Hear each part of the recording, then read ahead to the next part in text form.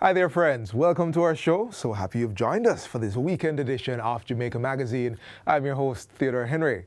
Coming up, we're exercising to avoid overweight or obesity, tackling a mosquito-borne disease, and turning garbage into valuable soil nutrients. Sit back and relax for these and other features packaged for your viewing pleasure. Sweet Jamaica, we not left ya. Tough yam and banana, we not left ya. Finger-licking jerk chicken, Hellshire fish and bami, we run down yam and banana, roast bread fruit, sweet potato pudding. Jamaica food sweet. So let's make a pledge to use more local produce and less foreign goods. Let's grow what we eat and eat what we grow. Sweet Jamaica, we not left ya. Overweight and obesity contributes to several lifestyle diseases. It stands to reason then that a good way to avoid these and stay healthy is to engage in regular exercise and healthy eating. Here is a guided approach to achieving this goal.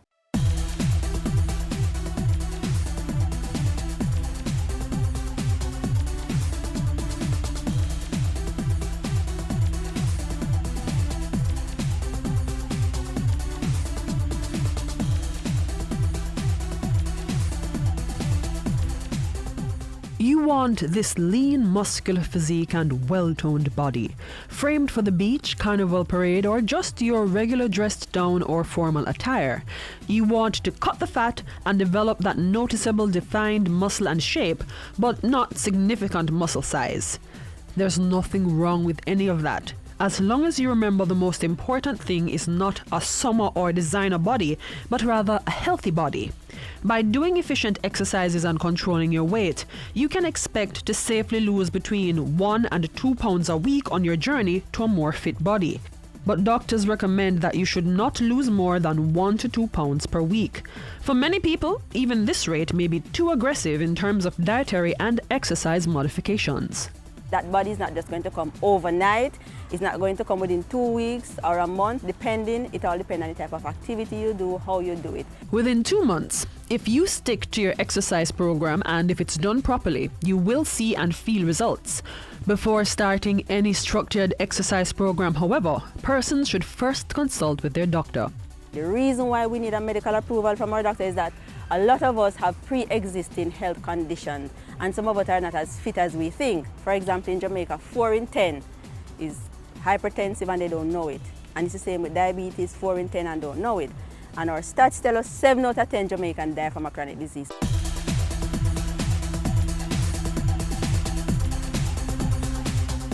We define physical activity by intensity level and the frequency in which we do it. Frequency meaning how often we do it per week. For example, 2 times per week or 5 days per week. The intensity is the energy in which we use to perform the activity, meaning how hard you work out. There's 3 levels of intensity: low, moderate, and vigorous. If you want to lose weight, the Ministry of Health recommends 60 minutes of moderate to vigorous exercise 5 days per week. To lose and maintain weight, 90 minutes of moderate to vigorous exercise 5 days per week is recommended. There are 2 main categories of exercise, namely aerobic and anaerobic exercise.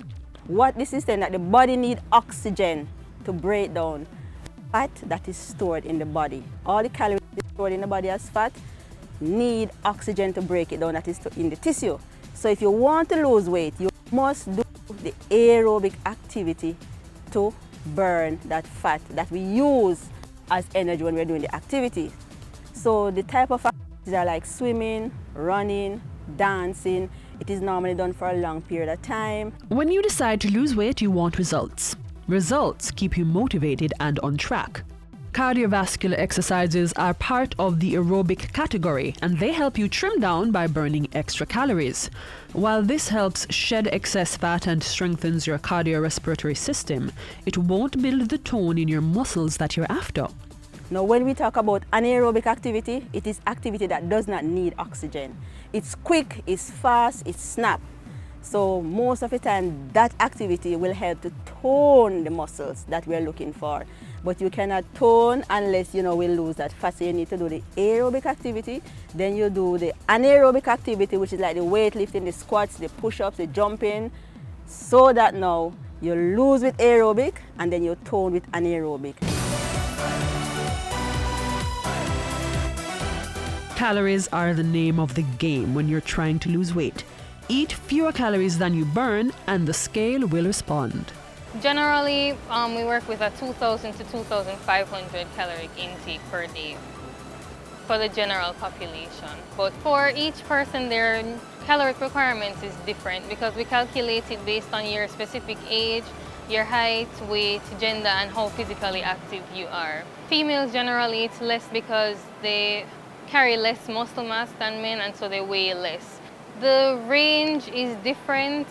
For someone who is very slim and short, then maybe 1,800 would be a safe amount to say for that person. But for men, 2,100 would be the lower end of the spectrum. You may create a caloric deficit, which will cause you to lose weight, but it's best to work with a balanced diet and exercise. A caloric deficit is when you consume less calories than what you're using for the day. So usually persons try to cut their caloric intake significantly to lose a lot of weight at once, but consuming less than, say, 1,200 calories per day can cause you to have nutritional deficiencies. You can lose muscle and bone, and your body will also go into starvation mode so that you'll stop losing weight altogether. That's a no-no. The best way to slim down and tone up is to combine balanced diet and exercise. And avoid fad diets such as low-carb, high-protein, or anything that deviates from a balanced diet. In Jamaica, we have food-based dietary guidelines that are specific to the Jamaican population, but it's based on the 6 food groups in the Caribbean. So we have food from animals, staples, legumes and nuts, fruits, vegetables, and fats and oils. Losing weight at a rate faster than 1 to 2 pounds per week and regularly skipping meals can leave you feeling extraordinarily hungry so that you binge at the next opportunity, causing weight regain. Plan for 3 balanced meals per day, in addition to 1 or 2 healthy snacks. You want to include foods from all of your food groups. So say, for example, you're planning for lunch, you want to include either food from animals or a plant-based protein like beans or nuts. You have your staple foods like rice, bread, or pasta, your fruits and vegetables that you can include in a salad, and you can put your fats and oils, for example, like in pear or avocado. Healthy snacks are low in fat, low in salt, and low in sugar. So you can have a fruit or vegetables, for example, carrot sticks, or you can use dried fruits and nuts. As a general guide, 1 serving of food from animals is the palm of your hand, a cup of rice is like your fist, and fats and oils is your thumb. That's 1 serving. Losing fat and retaining or building muscle creates a strong, toned appearance. Do strength training activities that focus on all the major muscles and the entire body, upper, mid, and lower body. Plank is a good full body workout which helps to build strength in your core, upper, and lower body. Those that focus on the lower body include lunges, using the stairs, leg press, and squat exercises that effectively work most of the major muscle groups of the butt, hips, and thighs. Some examples of exercises to strengthen the mid-body abdominal muscles include the side twist, traditional crunch, bicycle crunch, and exercise ball. You can also try other activities to sculpt your legs, tone your thighs and bottom muscles, waist, and abs. Ensure that you hydrate properly. It is good to drink water before, during, and after your activity so you don't get dehydrated. Don't wait until you're thirsty, just take your water with you and sip, little sip as you go along. So make sure you work out at an intensity level that suits you, because every one of us are at a different fitness level.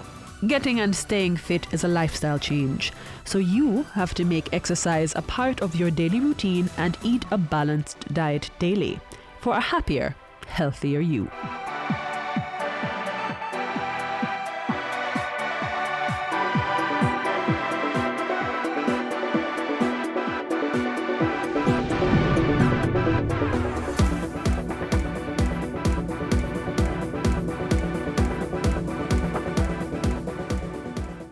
Crime and violence is infecting our youth. We must work together to rescue them from the gangs, engage them in productive activities, and safeguard Jamaica's future. The proceeding was brought to you by the Office of the Prime Minister.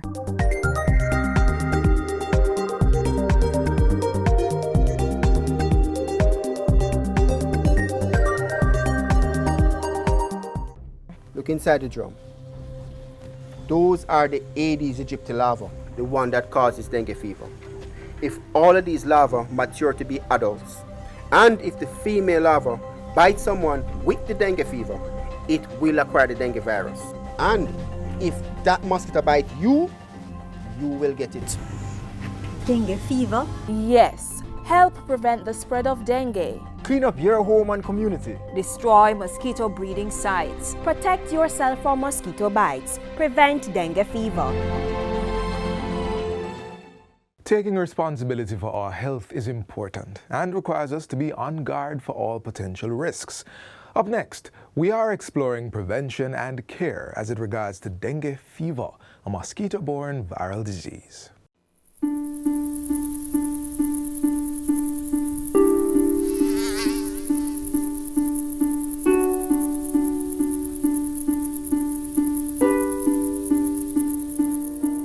Dengue fever is a vector-borne disease carried by the Aedes aegypti mosquito. It is caused by the flavivirus and occurs in either a mild or severe form in tropical and subtropical areas of the world. Globally, 50 to 100 million cases of dengue are seen yearly. Dengue is endemic to Jamaica, meaning that since its introduction in 1977, we have cases that occur every year. The cases of dengue fever, including severe dengue, can occur at any time throughout the year. An outbreak is declared when the number of cases increase above the usual that is expected for that time of the year. Dengue is transmitted to humans by the bite of the infected female mosquito. Symptoms typically begin 3 to 14 days after someone gets infected with the virus.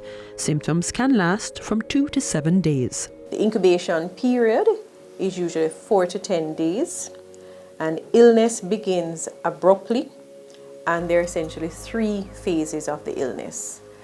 First phase is where you have the fever. The second phase that you can go into is a critical phase, and then you have a recovery phase.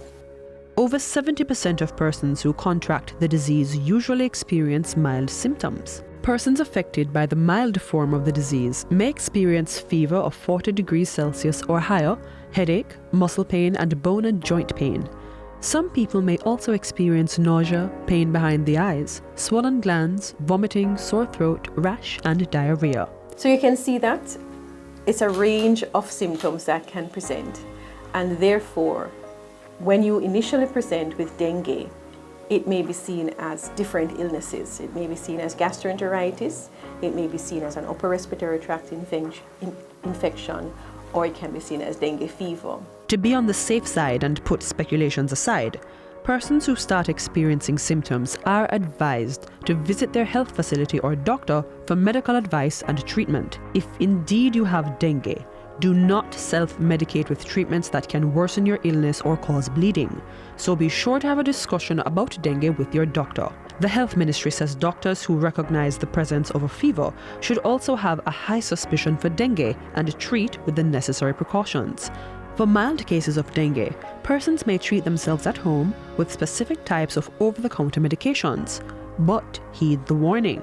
Fever and pain to the joints, pain to the muscles, must be treated with only medications that have cetamol, paracetamol, and Panadol.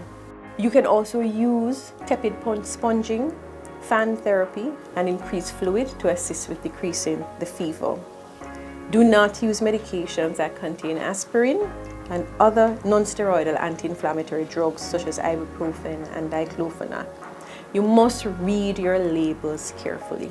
If you are unsure, consult your pharmacist or your doctor before using the medication. The drugs you should not take while experiencing dengue have been known to cause and/or worsen bleeding and increase the severity of the disease. Besides the mild form of dengue, persons can also experience a more severe form called dengue hemorrhagic fever, which is a rare complication of the illness that can lead to death. Usually the fever that comes with dengue lasts for about 5 days, and it is usually when the fever is going away that persons tend to worsen.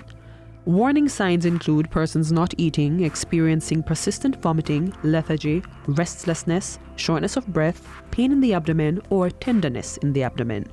Persons should also look out for signs of bleeding. Those signs of bleeding can include bleeding from the gums, bleeding in the urine, it can be bleeding in the stool. Usually though, when you start getting bleeding in the stool, in the urine and stuff, you have reached a severe point. It is important to note that a case of severe dengue can occur without symptoms of bleeding. Also, in a case of severe dengue, there may be difficulty in maintaining hemodynamics, in which a person's blood pressure tends to drop suddenly and circulation to vital organs is affected. With dengue, fluid tends to seep from the blood vessels to the outside of the vessels, meaning that there is decreased blood flow to vital organs. And that is why you get the symptoms of lethargy and restlessness and pain in the abdomen. What those signs are signs of decreased perfusion to the brain. It means that enough fluid is not going to the brain because persons are dehydrated. Okay? The dehydration and the signs of dehydration are very important to treat. Persons are warned to not wait for these signs and instead go to the doctor or hospital early. People with chronic illnesses such as sickle cell are at a greater risk of experiencing severe dengue. These individuals must use precaution when taking their medications. If you have a chronic illness that you may be taking medications for and you think that there may be some interference with dengue, you must speak to your doctor to decide whether or not you should continue to take these medications. In order to effectively combat and limit the spread of dengue and other mosquito-transmitted illnesses, persons must eliminate mosquito breeding sites in their surroundings. Breeding sites include old tires, laundry tanks, dish drainers, covered tanks or cisterns, drums and barrels, discarded buckets and containers. Other sources are pet dishes, construction blocks, bottles, discarded tin cans, tree holes and bamboo, bottle pieces on top of walls, old shoes and flower pots. Mosquitoes can also breed in discarded toys, roof guttering, bromeliad plants, garden containers and tools, brick holes and unmaintained wading or swimming pools. Where water is stored for use, the containers must be properly covered and sealed against mosquito entry. The use of mosquito repellents containing DEET and long-sleeved clothing are also recommended for personal protection. For more information, please contact the Ministry of Health, 10 to 16 Grenada Way, Kingston 5. Call them at 876-633-8172, 876-633-7771. Information is on the web at moh.gov.jm and contact can be made by email pr@moh.gov.jm or on social media.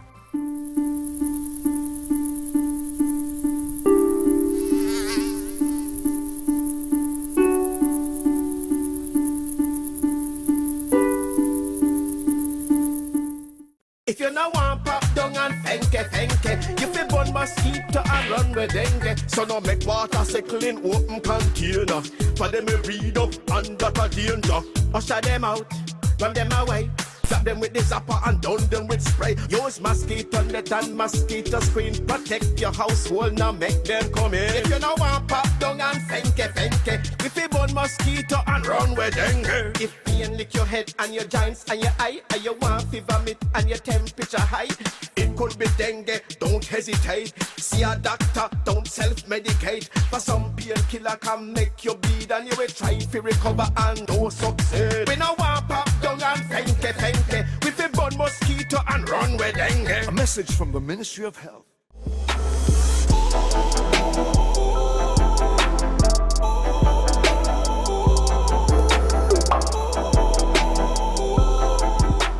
Small businesses like mine continue to serve the needs of people. We all play a part in keeping the wheels of our economy turning, and we do so responsibly. We are building forward together. Through proper solid waste management, we can avoid a lot of environmental health issues and generate benefits simply by practicing the 3 R's of reducing, reusing, and recycling. Up next, we learn how to use our solid waste to make a compost for reuse in vegetable gardens. Compost is one of the richest form of soil nutrient.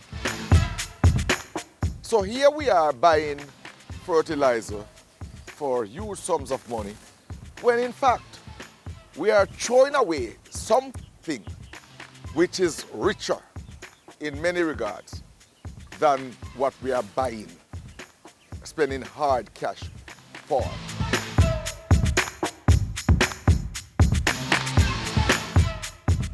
We, from time to time, do what we call garbage characterization survey. This is where we actually go island-wide and take samples of the garbage and look at what make up the garbage. All the surveys that are done in recent past points to one particular set of dynamic. The compostables are always the highest. 67% in some survey, 65% in some. We eat vegetables. We do ground provisions, the peelings from those. We use cardboards, newspapers, lots of stuff that can be broken down and can be put to good use. With such a high percentage of the solid waste being compostable, we are therefore forced to look at how we're going to manage in the best way possible, in the most efficient way possible, that high percentage of the garbage. Composting is a rich form of soil that is broken down by microorganisms to become either fertilizer or soil. Now we're going to do a demonstration to show you how we can do it. First, if we're starting, this is our kitchen waste. So if you're starting a compost bin at home, you need to get your kitchen peel, your banana, your lettuce, your cabbage, your tomatoes, and you cut them in finer particles. It will make it break down much faster. In order for the microorganism to work effectively, you need moisture, you need air, and you need heat. You can use a hand shovel or your hands. Too much moisture will allow the stuff to rot and it won't be compost. And if it is too dry, the microorganisms won't be able to work effectively. So you need to get a right mixture. If you squeeze it with a fist, you shouldn't have any water running out of it. If it's dripping, it is okay. If it is running out of it, that means you have too much water. So now this is our compost. If you keep this moisture in your compost, it will give you a maturity rate of 3.5 months. And you'll get this final product, which is this right here. Compost, what it does, the longer it stays into the ground, is the richer it becomes.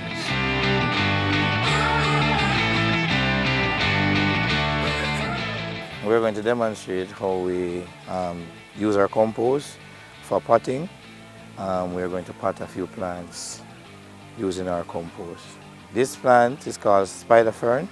It is an indoor plant that does like a fair amount of water. It likes a light mixture. The composting can be used for indoor and outdoor plants. This plant is called a bougainvillea. It is an outdoor plant. It likes a lot of sunlight. It blooms a lot, and it likes dry areas. The compost is offer drainage.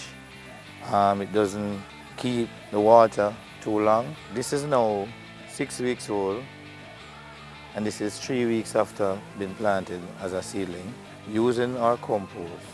And this bougainvillea is 6 weeks after being planted by our compost. And they're just blooming, blooming, blooming. This is a mature spider fern that we use for our rentals, and this is about 2.5 months old.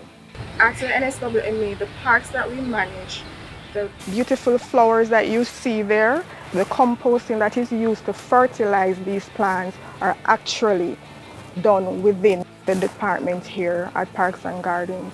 The other benefit is that we at the NSWMA, we would need less trucks. Now, right now, our biggest problem is trucks to remove garbage.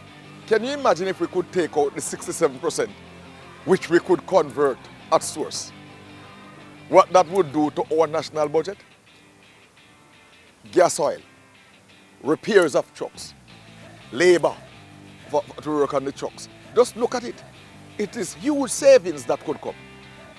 Exponential is about getting a behavioral change at source that will see significant reduction in solid waste. We want to see this reduction and to see it in a very tangible way. And we believe that composting provides that excellent opportunity.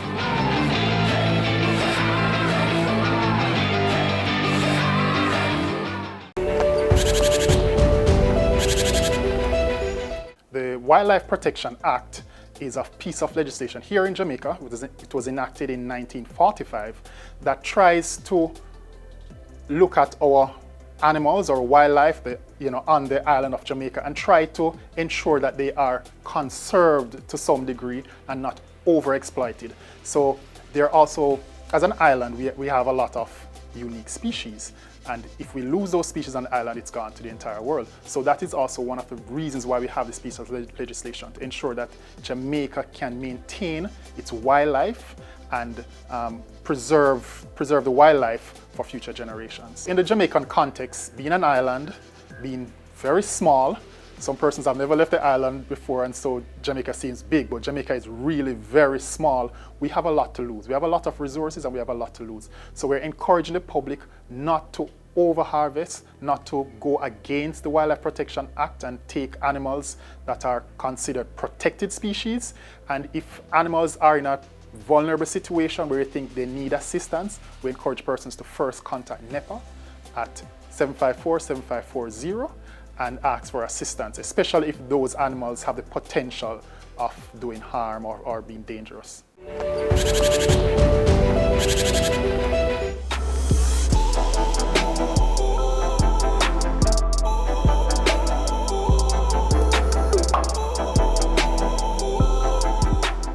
To deal with crime and violence, we must be united. Please cooperate with the security forces. Call 311-119 or the JDF tip line. If you know something and you not talk, you're a part of the problem.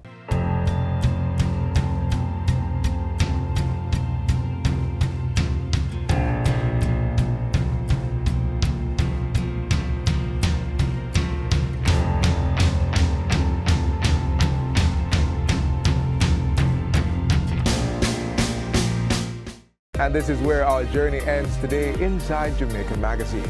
Be sure to join us tomorrow for another show. But until then, there is more to watch by visiting our website, jis.gov.jm. On behalf of the entire production team, I'm Theodore Henry. See you next time. This has been a production of the Jamaica Information Service, the voice of Jamaica.